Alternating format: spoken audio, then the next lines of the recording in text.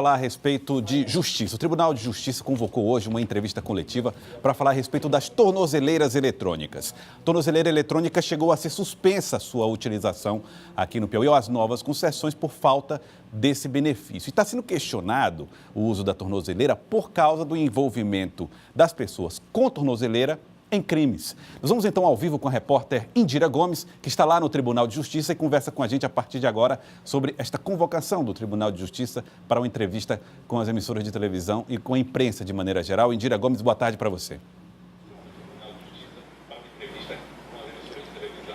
Boa tarde, Joelson. Hoje no Piauí estão disponíveis 625 tornozeleiras eletrônicas.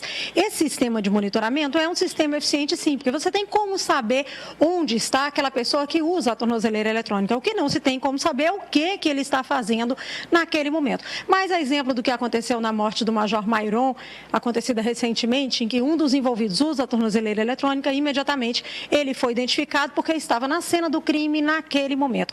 O que se vem questionando é o critério para a utilização desse equipamento. E é sobre isso que a gente conversa a partir de agora com o presidente do Tribunal de Justiça, o desembargador Erivan Lopes. Boa tarde, desembargador. Quais são os critérios utilizados para a definição de quem pode utilizar a tornozeleira eletrônica? Primeiro é preciso esclarecer à população do Piauí que a tornozeleira eletrônica não funciona como uma pena que é imposta ao acusado depois de sentenciado e condenado. Ela é uma medida que substitui a alternativa à prisão preventiva. E os critérios que o juiz adota são os critérios fixados no Código de Processo Penal, estão lá no artigo 319. Ou seja, naqueles casos em que o juiz compreender que a tornozeleira eletrônica funciona como um fator de resguardo, tanto da aplicação da lei, como da instrução do processo, e é suficiente também a garantir a ordem pública, ele, ao invés de impor a prisão preventiva, ele impõe o uso da tornozeleira eletrônica. Então, ele funciona como alternativa à prisão cautelar, ou seja, uma medida de caráter processual e não uma punição.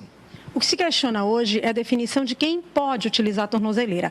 Porque, para os olhos da sociedade, um leigo, uma pessoa como eu, por exemplo, eu imagino que essa tornozeleira sendo utilizada por uma pessoa que, por exemplo, não pagou pensão alimentícia, é diferente dela ser utilizada por um assassino, um homicida, uma pessoa que já cumpriu parte da pena, mas que carrega muitos crimes nas costas, como se diz no jargão popular. E que essa pessoa possa, inclusive, vir a matar outra vez. Foi o caso que aconteceu com o Major Mairon. Como é que o judiciário vê essa questão? Bem, é preciso analisar, saber se essa medida é reclamada também pelo povo, de maneira geral, e nas mídias sociais, se a prisão também impede 100% que o indivíduo volte a delinquir. Nós vemos todos os dias pessoas com decreto de prisão preventiva que não são cumpridos, o Estado brasileiro não consegue cumprir na sua plenitude e são encontrados em situação de delinquência. Me parece que esse rapaz que matou também tinha prisão preventiva decretada.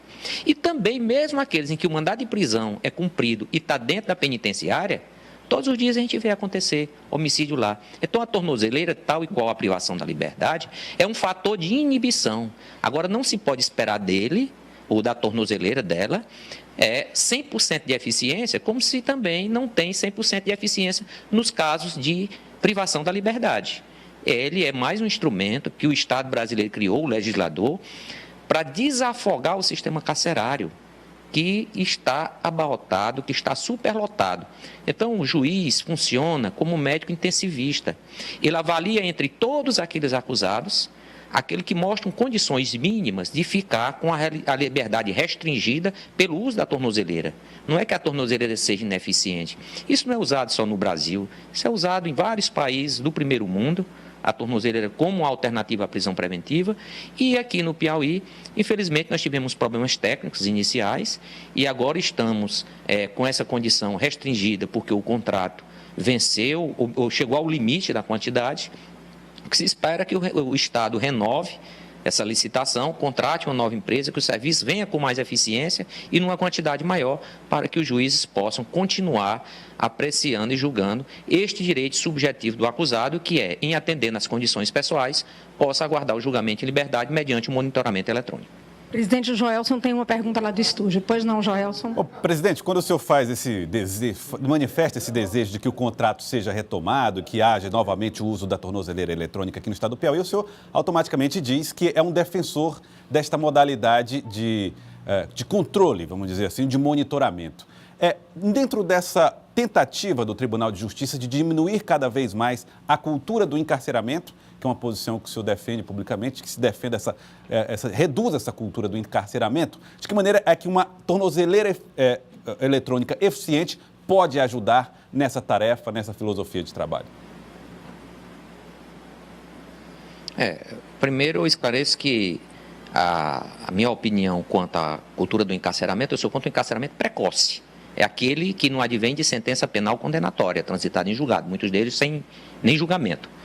E depois, a tornozeleira eletrônica é uma política pública que não foi eleita pelo Poder Judiciário. É uma política pública que foi eleita pelo legislador.